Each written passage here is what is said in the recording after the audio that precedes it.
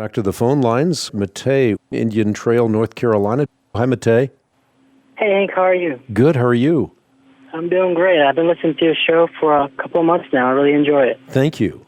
My question to you, let me give you a little bit of a background. My neighbor, she lost her husband probably 2 years ago now to cancer. And she recently approached us. She's saved and she goes to church with us. And she was asking me about ghosts and things of that nature. And so what happened was, and I think it happened a couple of times, she thinks her husband visits her. And it's very detailed where she feels his touch, even smells his cologne, and it's very detailed. And she was asking me, what do I think?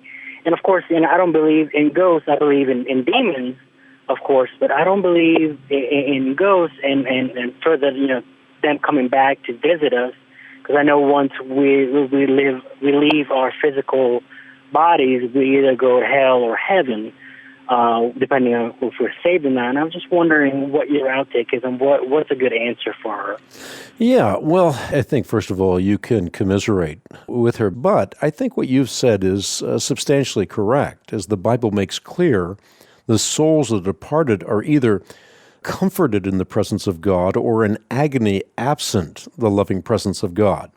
And you're absolutely correct in pointing to the Scripture in that regard. Upon death, the soul of Lazarus, in Luke chapter 16, experienced comfort in Abram's bosom. Conversely, the soul of the rich man experienced torment in Hades. Neither was permitted to return to the land of the living.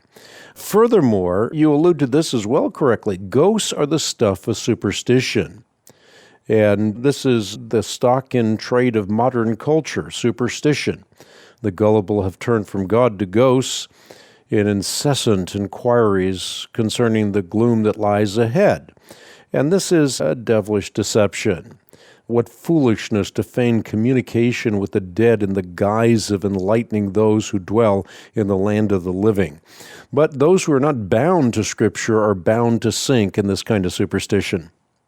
That makes sense. I didn't have an answer for her, really. I basically said that, because she's like, I really miss him, and I think it's really real. And I said to her, I don't know if it's even possible or not, but if Jesus, knows how much you miss, how much he misses her husband, is there any way you think that Jesus would actually come and manifest himself to be the husband and to comfort her, or is that like the spirits that some people talk about, the black shadow figures, where they think it's a demon possessing them at that point? Well, I think certainly Jesus is there to comfort her, but not in the sense of masquerading as her departed husband. And again, as you've correctly pointed out in the prologue to the question, just as Lazarus was not permitted to return to the land of the living, so the Scriptures make clear that the dead do not inhabit this realm. The very notion is detestable to the Lord. You see that in Deuteronomy chapter 18, as well as other passages of Scriptures.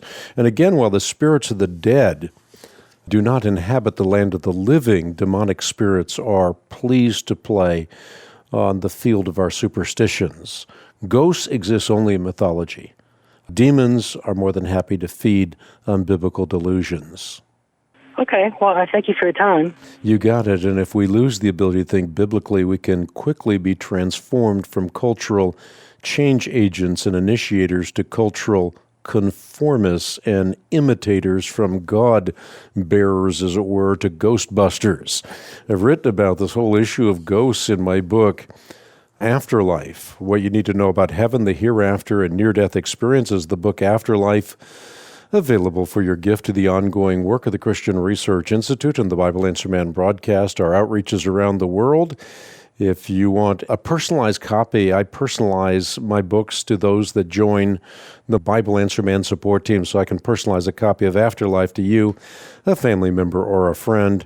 Check it out on the web, equip.org.